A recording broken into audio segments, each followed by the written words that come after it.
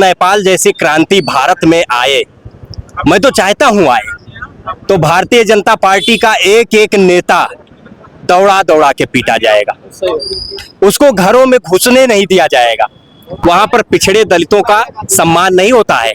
यही ओम प्रकाश राजभर हैं जो सामाजिक न्याय को लेकर, जाति जनगणना को लेकर, तमाम उन मुद्दों को भारतीय जनता पार्टी को दिन रात गाली देते थे। मुख्यमंत्री योगी आदित्यनाथ को क्या कहते थे, लेकिन आज व्यक्तिगत फायदे के लिए आप जाके मंत्री बन के बैठ गए। लेकिन आपकी इतनी हैसियत और औकात नहीं है कि आप किसी जनता के लिए, किसी जन कल्याण के लिए काम कर सके, उसको न्याय दिला सके। तो ये कि लोकतंत्र में न्याय की ताकत होती है, किसी रंग की या गमछे की ताकत नहीं होती है। दूसरी बात, एक मंत्री इस प्रकार का बयान दे और उसका कार्यकर्ता अगर गमछा रख के जनता का काम कराने के लिए या जनता के न्याय के लिए थानों में जाए और इस तरीके से पीटा जाए, तो निश्चित तौर पे यह स्पष्ट हो जाता है कि भारतीय जनता पार्टी स्टेपनी बनाकर रखती है। दोस्तों, भारतीय जनता पार्टी के पूर्व सांसद है सुब्रत पाठक, उनका एक बयान है जो सोशल मीडिया पर काफी चर्चा का विषय बना हुआ है। उन्होंने कहा है कि अगर भारत में नेपाल जैसी स्थिति होगी तो सबसे पहले हमारे अपने लोग कहीं ना कहीं राहुल गांधी और अखिलेश यादव के घरों को आग लगा देंगे। इस मामले को लेकर उत्तर प्रदेश की सियासत गर्म है। तमाम सारे सपा समाजवादी पार्टी के कार्यकर्ता उनसे बातचीत करने का प्रयास करेंगे। नेपाल का वीडियो तमाम सारे लोगों ने देखा है। इस पर कहीं ना कहीं सुब्रत पाठक ने एक बयान दिया है कि अगर नेपाल जैसी भारत में होंगी तो हमारे अपने लोग पहले अखिलेश यादव, राहुल गांधी घरों को आग लगा देंगे। क्या कहेंगे उस पर आप? देखिए, पहली बात तो ये टटपुंजिया नेता है, ये कोई नेता नहीं है, ये कभी धोखे से सांसद हो गए और इस तरीके की भाषा इनको शोभा नहीं देती है लोकतांत्रिक समाज में। दूसरी बात यह है कि अगर नेपाल जैसी क्रांति भारत में आए, मैं तो चाहता हूं आए, तो भारतीय जनता पार्टी का एक एक नेता दौड़ा दौड़ा के पीटा जाएगा, उसको घरों में घुसने नहीं दिया जाएगा। क्योंकि भारतीय जनता पार्टी आज देश में सरकार कौन चला रहा है? भारतीय जनता पार्टी। उत्तर प्रदेश में भी बीजेपी की सरकार है, सेंटर में भी बीजेपी की सरकार है, और किए गए वादे के मुताबिक इन्होंने विपरीत काम किया है। केवल पूंजीपतियों का, अपने मित्रों का भला करने का काम किया है।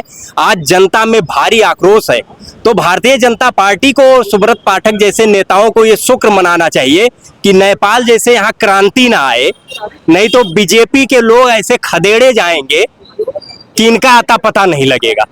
तो निश्चित तौर पे इस प्रकार का बयान उनको नहीं देना चाहिए और उनको शोभा नहीं देता है, क्योंकि चोर और भ्रष्टाचारी और बेईमान लोग भारतीय जनता पार्टी में हैं, तो निश्चित तौर पे उन्हीं लोगों को खदेड़ा जाएगा। आपको क्या लगता है कि कहीं ना कहीं भारतीय जनता पार्टी के पूर्व सांसद है और हमेशा वो अखिलेश यादव को टारगेट किए होते हैं और कई मामलों को लेकर अभद्र टिप्पणी भी अखिलेश यादव पर करते हैं, तो वो सांसद हैं जो अखिलेश यादव डरने वाले सांसद नहीं है? देखिए, वो चर्चा में बने रहने के लिए इस प्रकार की टिप्पणी करते हैं।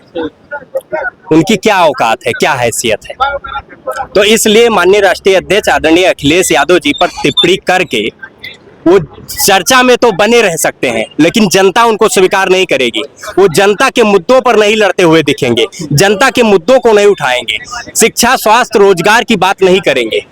तो कहीं ना कहीं निश्चित तौर पे ये जनता देख रही है कि ये सब निराधार टिप्पणी है और ये पूरी तरीके से असफल है और जनता इनको नकार रही है। और आने वाले समय में उत्तर प्रदेश से लेकर और देश की सरकार से भी उखाड़ फेंकने का कार्य उत्तर प्रदेश की और देश की जनता करेगी। अच्छा, एक सवाल ओम प्रकाश राजभर जी को लेकर कर लेते हैं आपसे।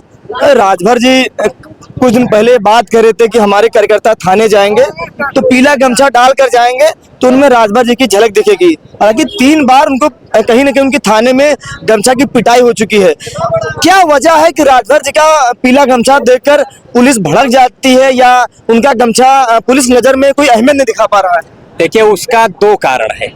पहला कारण तो ये कि लोकतंत्र में न्याय की ताकत होती है, किसी रंग की या गमछे की ताकत नहीं होती है। दूसरी बात, एक मंत्री इस प्रकार का बयान दे और उसका कार्यकर्ता अगर गमछा रख के जनता का काम कराने के लिए या जनता के न्याय के लिए थानों में जाए और इस तरीके से पीटा जाए, तो निश्चित तौर पे यह स्पष्ट हो जाता है कि भारतीय जनता पार्टी स्टेपनी बनाकर रखती है, वहां पर पिछड़े दलितों का सम्मान नहीं होता है। यही ओम प्रकाश राजभर हैं जो सामाजिक न्याय को लेकर, जाति जनगणना को लेकर, तमाम उन मुद्दों को भारतीय जनता पार्टी को दिन रात गाली देते थे। मुख्यमंत्री योगी आदित्यनाथ को क्या कहते थे, लेकिन आज व्यक्तिगत फायदे के लिए आप जाके मंत्री बन के बैठ गए। लेकिन आपकी इतनी हैसियत और औकात नहीं है कि आप किसी जनता के लिए, किसी जन कल्याण के लिए काम कर सके, उसको न्याय दिला सके। तो कहीं ना कहीं निश्चित तौर पे अगर पीला गमछा रख के जा रहा है कोई कार्यकर्ता राजभर के पार्टी का, और वो इस तरीके से पीटा जा रहा है, तो इससे स्पष्ट हो जाता है कि भारतीय जनता पार्टी में पिछड़े दलितों मंत्रियों का कोई सम्मान नहीं है। केवल वोट बैंक के लिए उनको मंत्रालय में रखा गया है और उनके साथ न्याय नहीं कर सकती बीजेपी। केवल वो विशेष वर्ग प्रभुत्ववादी लोगों के हित में सरकार चला रही है और उन्हीं का सुना जा रहा है। वही लोग थाने में हैं, वही लोग तमाम कार्यालयों में हैं। वो अपने लोगों को जिस तरीके से भरे हैं और पीडीए समाज को उपेक्षित करने का काम किए हैं, उसके लिए ओम प्रकाश राजभर को बोलना चाहिए, लड़ना चाहिए। लेकिन वो मलाई खाने के लिए, व्यक्तिगत फायदे के लिए भाजपा में बैठे हैं, तो ये जनता देख रही है। आने वाले समय में उनको भी लोकतांत्रिक तरीके से अभी आपने कहा है कि थाने में विशेष लोग थाने चला रहे हैं। यही आरोप जब अखिलेश यादव पर लगता है, जब वो मुख्यमंत्री थे, कि थाने कौन चला रहा था? थाने यादव चला रहे थे, एक ही जात के लोग चला रहे थे।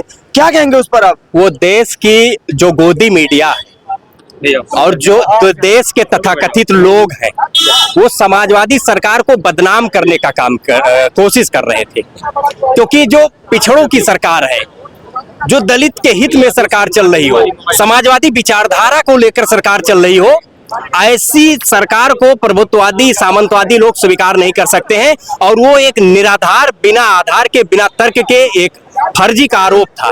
लेकिन आज आंकड़े उठाकर देख लीजिए, उत्तर प्रदेश से लेकर हर थानों से लेकर कोतवाली में देकर, एसएचओ से लेकर हेड कांस्टेबल से लेकर और सीओ से लेकर यहां तक कि एसपी से लेकर सारे पोस्ट पदों को देख लीजिए, विशेष वर्ग के लोग बैठे हुए हैं।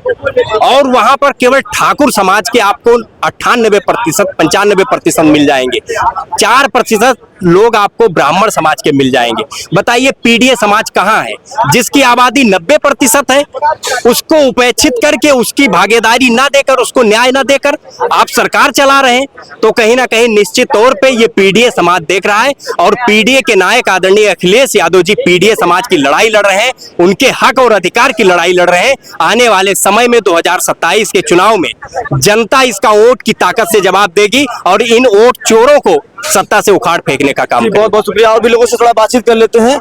क्या नाम है आपका? धनपाल यादव, प्रदेश सचिव पिछड़ा वर्ग। एक सांसद है सुब्रत पाठक, वो कह रहे हैं कि अखिलेश यादव, अगर नेपाल जैसी भारत में स्थिति आती है तो अखिलेश यादव राहुल गांधी का घरों को कार्यकर्ता आग लगा देंगे कहीं ना कहीं। क्या कहेंगे उस पर आप? उनको तो कायदा में सोचना चाहिए कि स्थिति ना आए। अगर ये स्थिति आ गई तो बीजेपी की सरकार राज्य में भी है, केंद्र में भी है,